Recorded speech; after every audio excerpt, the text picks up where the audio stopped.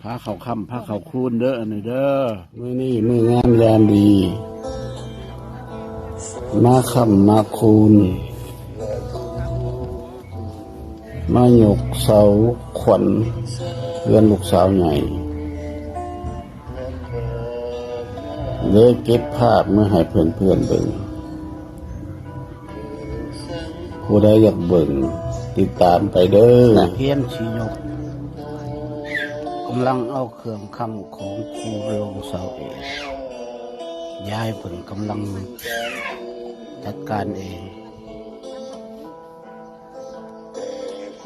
เครื่องคำของคุณก็มีหลายอันหลายแนวหาแล้วเนาะ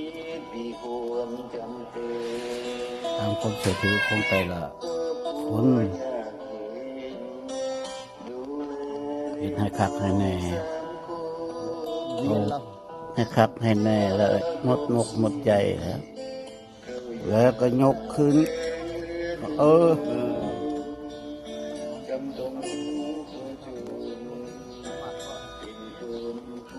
เสาเอกขึ้นแล้วมื้อนี้สร้างเพิ่นว่าจะยกไว้ก่อนประมาณ 3-4 เสาแล้วมื้อหน้าจะเฮ็ดต่อ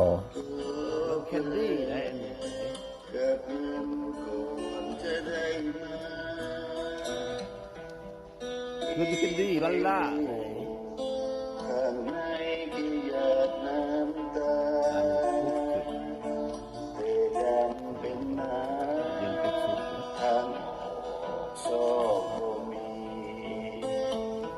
เพื่อนกำลังเหนื่อยเติบเสานี่พุดคุ้มแล้ว23 เสายังสิต่อทั้งก้นทั้งหัวอีกอยู่จะเสียเยอะอีกจักเสาเนาะ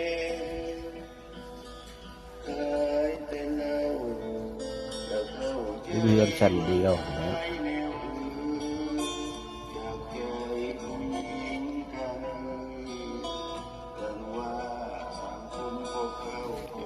ยกเสาคำเสาคุณสำเร็จเสร็จสิ้นแล้วครับวันนี้ก็เสียเลยพากันกินข้าวคำข้าวคูนเนาะ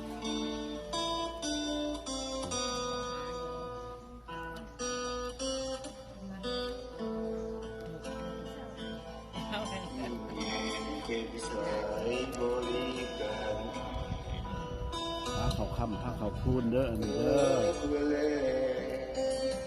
เพื่อนนางแคนดี้ได้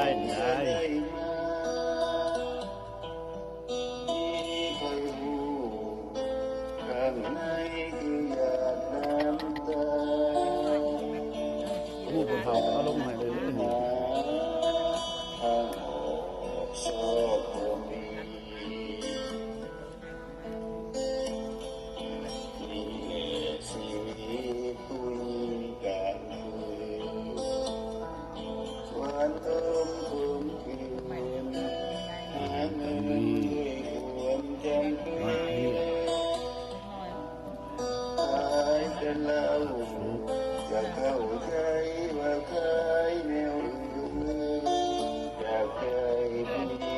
อาหารก็มีนอนเพียแต่ลาบสุกแต่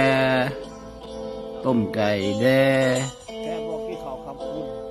อาหารคำอาหารคูนมีเบียร์อีกผู้ที่บอกเบียร์ก็ดี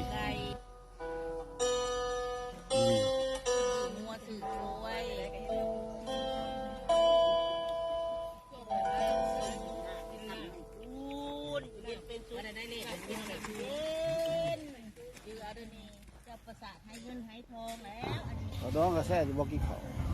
มื้อนี้ก็ถือว่าสำเร็จเนาะมาค้ำมาคูนเพื่อนลูกสาวปลูกสร้างใหม่เนาะยกเสาหลักกินข้าวกินน้ำค้ำคูนก็แล้วสิได้กลับแล้วบัดนี้แล้วก็มอบให้ลูกให้หลานทางนี้เขาอยู่ต่อเนาะพบกันใหม่ในคลิปหน้าเด้อเพื่อนๆบ๊ายบาย